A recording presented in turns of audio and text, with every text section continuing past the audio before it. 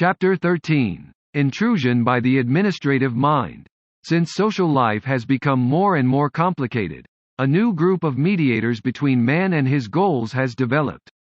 It is no longer the ancient priest who mediates between man and his gods, between man and the powers beyond him, but a group of administrators have, in part, taken over the job of intervening between man and his government. There are today mediators between man and his bosses, between artist and public, between farmer and market, mediators between everything. The administrative mind is born, often dominating man's social behavior and man's manifold contacts, leading him into complicated actions and compulsions far beyond spontaneous behavior. All these ties, the rigid bureaucratic ones and the useful administrative ones, have their influence on human behavior and often may befog man's free thinking. I have a special reason for developing this theme in a book on the rape of the mind because this problem of mediation between man and his actions and thoughts exists in our form of democracy as well as in the totalitarian countries. Both halves of the world are grappling with the involved problem of how to administer themselves. The mere technique of governing ourselves and our world can become a threat to free human development, and this may be independent of the ideology the administration adheres to. We have not the same freedom to choose the official men who govern us that we have to select our favorite shop or our doctor. As long as the official man is in charge, we are in his bureaucratic power. The administrative mind. Administrators today cannot handle their jobs adequately within the limits of the simple knowledge of people and nations that served governments in former years. If our leaders cannot take into account the irrational forces in themselves and in other men and nations, they may easily be swept off into the maelstrom of mass emotions. If they cannot learn to recognize that their private or official conduct often reflects their prejudices and irrationalities, they will not be able to cope with the often unexpected prejudices of others. If they are, for instance, not sensitive to the paradoxical strategy hidden behind the misleading Aesopian language of totalitarians, they will not be able to counter the Cold War. Psychological knowledge has become a must in our era of confused human relations. Do our people in office, for instance, understand fully the provocative totalitarian strategy of slandering and wild accusation, and are they able to handle it adequately? Do they realize that the mere official denial never has as strong an appeal and impact as the initial accusation, and, in fact, usually fits into the accuser's strategy? Apparently they do not. For many still use simple official denial as a defense against the totalitarian strategy of accusation, when, in fact, only repeated exposure and ridicule of the very root of this technique can defeat it. Do they realize the implications of the strategy of raising sham problems? The totalitarian and the demagogue often use this confusing technique. By launching emotional inquiries and investigations and asking for attention for quasi-problems, they seek to divert attention from their real aims. Do they understand, for instance, what lies behind the technique of exploiting the chivalry and generosity of the public and blackmailing the pity of the world? The strategy of complaining and calling for justice is a well-known mental defense used by neurotic individuals to arouse guilt feelings in others and to cover up their own hidden aggressiveness. The exploitation of pity and the overt declaration of one's own purity and honest innocence is a familiar trick when it is used by individuals, but we are less likely to recognize it when it is used in international politics. Do our administrators realize that even the romantic ideals of brotherly love and world peace can be used to cover up aggressive designs? After the First World War, we heard many inspiring idealistic catchwords from the defeated Central European countries. Their press and their leaders described in great detail, for all the world to know, the inner purification through suffering of the defeated peoples. Thus these countries appealed to the conscience and compassion of the whole world. But it was a questionable conversion. Every therapist knows that those who talk a great deal about their inner change and recovery have for the most part not changed at all. The fine phrases are so often contradicted by actions. Politicians must recognize that this can be as true for nations as it is for individuals. Let us not forget that nations don't talk. Official words are made up by representatives with unofficial and mostly unknown inner motivations. Administrators, diplomats, and politicians form T nerve centers and paths of communication between peoples and nations. The tensions in the diplomatic regions represent the political tensions in the world. But they represent other things, too. The political profession is subject to special kinds of nervous tensions. The moment the administrator arrives at a top level, an inner change may take place. From then on, he can identify with those who formerly led him. The very fact of being in office and being a leader may change a man's mind in many ways. Often he removes himself more and more from human problems and from the people he represents and thinks only in terms of national strategy, official ideology, and the aims of power politics. Or childhood ambitions, long frustrated, are aroused. He may become the victim of his inflated personal ambitions and his individual notion of responsibility, and, as a consequence, lose control of his own personality. Leading statesmen, burdened by responsibilities, have to become more careful. Indeed, they often have to express themselves in noncommittal language. Yet, they are not aware that such language gradually may reform their way of thinking. Finally, they may think they possess a priority on double talk. Another difficulty is related to a rather general fear of success. Once a high ambition is reached, a long-hidden fear from childhood may awake, a fear related to an early competition with the father and with the siblings. From this time on, the envy and hostility of those bypassed may start to injure the statesman's life. The danger of assuming any leadership, even of any form of self-assertion, is that it provokes resistance and hostility, retaliation and punishment. The administrator knows himself to be in the public eye. He feels exposed to criticism and political attack. If he didn't have it before, from now on he has to develop a defensive facade in order to court the public and the voters. The result may be that the former meek Democrat, the believer in government by the people, suddenly takes on the stature of an authoritarian personality. He is guided by his frustrated infantile fantasy of leadership. The administrative brain thrusters, with all their inner problems, nevertheless make history for us. Our minds are deeply affected by their minds. At the same time, we the great public influence them, and our civilized impulses may direct them to find the good road, just as our primitive drives and influences may urge them on to push us all into catastrophe. The intrusion of the administrative mind becomes even more precarious when the authorities in power follow patterns of procedure not controlled by court and the law. In such cases, prejudice and arbitrariness can easily develop, as we have experienced with many of our security regulations. Official secrecy is a token of magic power. The more hush-hush there is in the world, the less democratic control and the greater the fear of treachery. It should be, technically, quite simple to administer any group or nation or even the whole world. Mankind certainly knows enough to do this job. We know a great deal about history, sociology, and the science of human relations and government, at least enough not to repeat the mistakes from history. We live in a world of technical and economic abundance, but we have not yet learned to apply what we know or to organize the resources of the world. Somewhere something has gone wrong, and things have gotten out of hand. The will of nations and people to understand one another seems to be paralyzed, and mutual fear and suspicion have been built up by the fantasies of mythical ideologies warring against one another. And tomorrow only the tales of the fighting dogs may remain. During the Second World War, I was sent as an official representative of the Netherlands government to an international meeting on welfare and war relief. Here I became even more aware of the extent to which private passions can mold the way we handle public problems.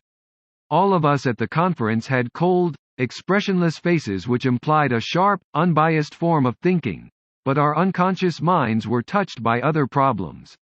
Welfare is often much more a subject of hate than of love and sympathy. One's pride and prestige can play a much greater role than pity for the poor victim. The displaced persons and the people of the devastated and underdeveloped countries are very much aware of this fact. They do not like the role in which fate has cast them. They have to play the double role of the eternal victim who is not only the victim of politics and war, but also of the often arrogant provider of charity. As a matter of fact, the representative at the receiving end of the deal resented any offer made to his country. Everybody wants to be himself the generous uncle from America. The ailments of those in public office. In the future, as our psychological understanding grows, leading politicians will have to be better educated in the principles of modern psychology. Just as a soldier must know how to handle his physical weapons, so the politician must know how to face and handle the mental strategy of human relationships and diplomacy. He will have to become aware of the pitfalls in all human communication and the frailties of his own mind. Bodily disease and neurotic development can have all kinds of effects on those in office. Under their influence, some men are drawn into a life of continuous resentment, as if, in their political and official activities, they were fighting out their infantile struggles against devils, anxieties, and inner guilt. Others are purified by their sufferings and become wiser and more humane than they were. The modern science of psychosomatic medicine makes it clear that constant worrying, continual competition, repressed aggressions, the will to dominate and to govern others, the fear of responsibility, the burden of one's chosen profession are among the many factors that influence body and mind to form a pattern of bodily reactions. These reactions may actually hamper our ability to solve our problems by incapacitating us physically. Becoming a chosen statesman in our era of increased human competition and increased dependence on the masses of voters builds up in officeholders qualities that are nearly psychopathic, that can cripple the body or the mind or both at a time when we need the healthiest and soundest leaders. The role the latent psychosis or character disorder plays in many a leading personality cannot be emphasized enough. Not long ago I treated the leader of a huge humanitarian association, who was accorded much esteem by his fellow citizens, but who was a sick, psychopathic tyrant in his own family circle. His children trembled at the sight of him and developed of course a cynical attitude about all idealism and humanitarianism. I suspect that many times this pathology is influenced by the way we select our leaders. Public preference is often directed toward strong, defensive, overcompensated qualities of character which show up well at public functions. The outer facade is too much seen. We are not able to judge the inner core. In 1949, Burnett Hershey wrote an article which posed the question, "Is our fate in the hands of sick men?" The article was written after the tragic death of James Forrestal, the American Secretary of Defense, who committed suicide under the influence of despair and delusions of persecution. It describes in some detail the psychosomatic afflictions of various statesmen. Hershey quotes General George C. Marshall's words to the Overseas Press Club. "Stomach ulcers have a strange effect on the history of our times. In Washington I had to contend with, among other things, the ulcers of Bedell Smith in Moscow and the ulcers of Bob Lovett and Dean Acheson in Washington." The author goes on to point out that Stalin, Sir Stafford Cripps, Warren Austin, and Vyshinsky also suffered from psychosomatic ailments, as does Clement Attlee. All of us have heard of the repeated fainting spells of the Iranian ex-premier, Mossadegh, the man who might, in a spell of semi-consciousness, have changed the balance of power in the Middle East. The much-debated and headlined Senator McCarthy is another case in point. At the height of his struggle for headlines, he had a stomach condition that required an exploratory operation, bursitis, frequent sinus headaches and signs of exhaustion, and all of these are known as psychosomatic involvements resulting from extreme tension. We have, too, many cheering examples of how physical disability and neurotic development can mature and strengthen the personality. Perhaps the brightest example of the relationship between body and profession is the late Franklin D. Roosevelt, whose political career was inconspicuous until he was stricken by poliomyelitis. His years of physical suffering became years of mental ripening. His conquest of pain and disease changed his attitude toward his own problems and also toward the problems of the world. His growth of empathy and humility, his increase in strategic intuition, and his superior knowledge of the balance of forces in his country must be partly attributed to his inner mental growth during his disease. Roosevelt will always be a guiding example of how the mind is able to overcome the physical limitations of the body. how the mind grows out beyond it when a man is willing to look inside and fight out the conflicts within himself. The Conference of Unconscious Minds. Let me return for a moment to the wartime conference on welfare I mentioned earlier and tell you something more about it. The conference chairman did not feel well. Every decision was as painful for him as his ulcer. He hemmed and hawed and refused to accept the responsibility the position placed on him. The representative of one of the Eastern European countries was an attractive woman but a misanthrope. Every word she spoke was colored by suspicion, and when a representative from one of the Latin countries attempted a mild flirtation with her, she showed her confusion by arguing furiously against every one of his constructive proposals. We also had a hesitant, old-school, professional politician in our midst. Though he couched his speech in gentle, polite words, he spoke only to destroy every proposal that was not initiated by his faction. When he had to listen, and this he did not like to do at all, he busied himself constantly with his tie or his eyeglasses, always polishing himself. In a crowded corner sat an enthusiastic young man who longed to do something important.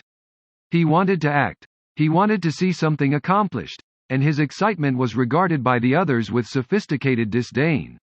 He did not know the rules of conference play. The sessions were boring. The delegates spoke endlessly and pointlessly. But one day the entire conference was gripped by a kind of uncontrollable fury. Every delegate tried to destroy all his colleagues.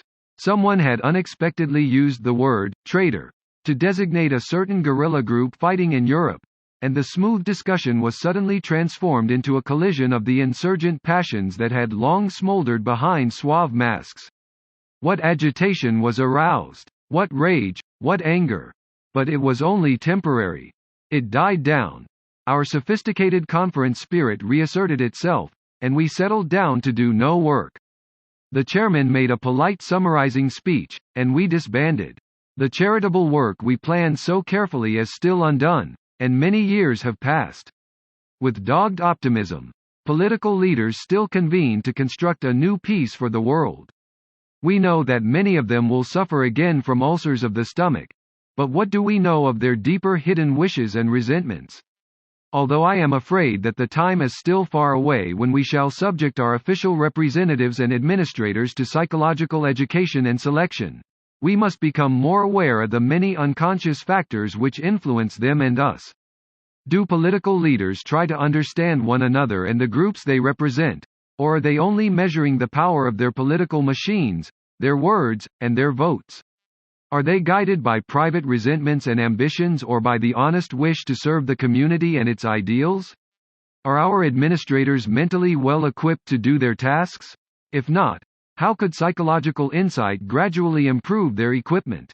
How many of them are conscious of the extent of their private frustrations? Are their destructive impulses rationalized away under the guise of political allegiance? How do illness, disease, and neurosis collide in their deliberations? Watch how, in any debate, polite speeches are interrupted by sudden diatribes. To what degree do childhood rearing, fixed ideas, or pathological ambitions of administrators influence the destiny of a town or nation? We recognize that idealistic platitudes may cover inadequate proposals, and we tend to accept this as the well-worn play of political strategy and diplomacy. But far worse than this overt policy of evasion is the hidden political conference and discussion between the unconscious minds and passions of politicians. How many politicians and their followers are aware of this lurking undercurrent which often wields a stronger influence than overt action? How does the personal element between our administrators obstruct our own mental freedom? And what is the role of the psychopathic element in some of our leaders? It is important for us to ask these questions. For the development of science has taught us that, even when it is impossible to find immediate satisfactory solutions, posing the right question helps to bring clarity to the future. It prepares the way for a solution. The bureaucratic mind in a state where terror is used to keep the people in line, the administrative machine may become the exclusive property and tool of the dictator. The development of a kind of bureaucratic absolutism is not limited, however, to totalitarian countries. A mild form of professional absolutism is evident in every country in the mediating class of civil servants who bridge the gap between man and his rulers.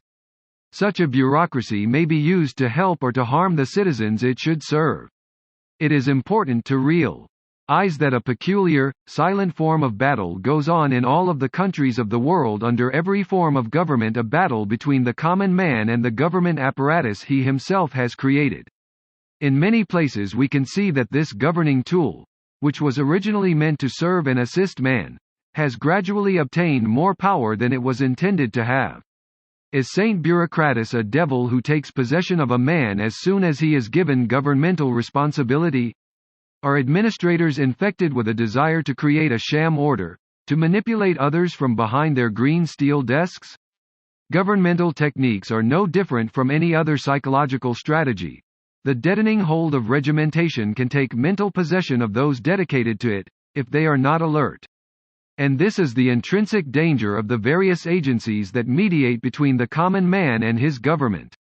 It is a tragic aspect of life that man has to place another fallible man between himself and the attainment of his highest ideals.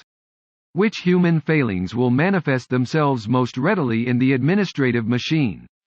Lust for power, automatism, and mental rigidity, all these breed suspicion and intrigue. Being a high civil servant subjects man to a dangerous temptation, simply because he is a part of the ruling apparatus.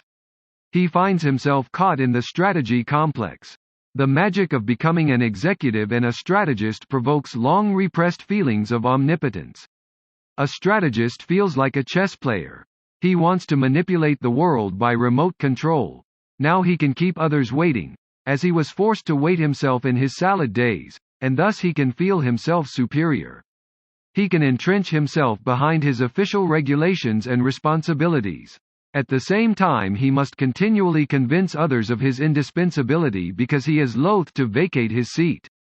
As a defense against his relative unimportance, he has to expand his staff, increasing his bureaucratic apparatus. In order to become a VIP, one needs a big office. Each new staff member requests new secretaries and new typewriters. Everything begins to get out of hand, but everything must be controlled. New and better files must be installed, new conferences called, and new committees set up. The Staff Interaction Committee talks for days on end. New supervisors are created to supervise the old supervisors and to keep the whole group in a state of infantile servility. And what was formerly done by one man is now done by an entire staff. Finally, the bureaucratic tension becomes too great and the managerial despotic urge looks for rest in a nervous breakdown. This creeping totalitarianism of the desk and file goes on nearly everywhere in the world. As soon as civil servants can no longer talk humanely and genially but write down everything in black and white and keep long minutes in overflowing files, the battle for administrative power has begun. Compulsive order, red tape, and regulation become more important than freedom and justice, and in the meantime suspicion between management, employees, and subjects increases. Written and printed documents and reports have become dangerous objects in the world. After a conversation, even when there are harsh words, inanities are soon forgotten. But on paper these words are perpetuated and can become part of a system of growing suspicion. Many people become administrators in public affairs out of idealistic feelings of service and avocation. Others try to escape the adventure of life by becoming part of the civil service corps. Such service assures them a settled income, regular promotion, and a sense of job security. It is very alluring, this feeling of security. The smooth automatism and polished rigidity of the red tape world is very attractive to certain types of men, but it may devitalize others who still believe in challenge and spontaneity. The burning psychological question is whether man will eventually master his institutions so that these will serve him and not rule him. In totalitarian countries one is not permitted to see the humor of one's own shortcomings. The system, the red tape, and the manifold files become more important than the poor being lost in his chair behind a huge desk, looking much too important for his mental bearings. The art of being a leading administrator, of being a genuine representative of the people is a difficult one, requiring multiple empathy and identification with other people and their motivations. Diplomats and politicians still believe in verbal persuasion and argumentative tactics. It is a very old and alluring game. This strategy of political maneuvering with official slogans and catchwords, the subtlety of bypassing the truth in the service of partisanship, of giving faulty emphasis, the skill of dancing around selected arguments to arrive at personal propagandistic aims or party aims. Sooner or later, nearly all politicians become infected with the bug. Under the burden of their responsibilities, they give in to the desire to play the game of diplomacy. They start to compromise in their thinking, to bend backwards and to be circumspect, lest their remarks be criticized by the higher echelons. Or they fall back into infantile feelings of magic omnipotence. They want to have their fingers in every pie to the left and to the right. All these are dangerous mental streaks of every human being which can develop more easily in politicians and administrators because of the growing impact of modern governmental techniques and their threat to free expression. When a man gets entangled in strategical and political talk, something changes in his attitude. He is no longer straightforward. He doesn't express and communicate what he thinks, but he worries about what others are thinking about him behind their facades. He becomes too prudent and starts to build all kinds of mental defenses and justifications around himself. In short, he learns to assume the strategic attitude. Forget spontaneity, deny enthusiasm. Don't demand inner honesty of yourself or others. Never reveal yourself. Never expose yourself. Play the strategist. Be careful and use more buts and howevers. Never commit yourself. I remember a leader of the opposition who became completely confused and nearly collapsed when, after a long time out of office, his party won an election and he had to assume governmental responsibility. From an aggressive, outspoken critic, he became a hesitating, insinuating neurotic, playing the tactful strategist, having no real initiative. Some politicians are puppets, spokesmen of their bosses. Some are the cavalier jugglers of words, who transfer human aggressions into slogans. There are also the loudmouthed trumpeters of doom, who resort to the argument of panic. Modern politics is carried out with obsolete rules of conversation, communication, and discussion. And too few politicians are aware of the semantic pitfalls and emotional dishonesties of the word tools they must use to convince others. Yet mutual understanding can become a basis of political strategy. It is not power politics with verbal deceit and catchwords that is needed, but mental probing to find ways in which proposals and suggestions may cut through the resistance of those with different opinions and motivations. Politicians too often forget that their fight for administrative power may become a form of psychological warfare against the integrity of the minds of those who are compelled to listen. The repetitious, mutual calumny, so often used during elections, gradually undermines the democratic system and leads to the urge for authoritarian control. The strategic rumors and suspicions the politicians sow are an attack on human integrity. When the citizenry no longer has confidence in its leaders, it looks for the man with brute power to be its leader. Whereas the politician who is willing to admit that his opponent is at least as capable as he, and perhaps even more capable than he is. In the free admission of equality of ability and of the wisdom of his opponent lies the politician's chance for cooperation. For true cooperation can only be brought about by mutual empathy and sympathy and the understanding of human faults. In April 1951, a group of psychologists, psychoanalysts, and social scientists affiliated with the United Nations, the World Federation of Mental Health, UNESCO, and the World Health Organization were guests of the Josiah Macy Jr.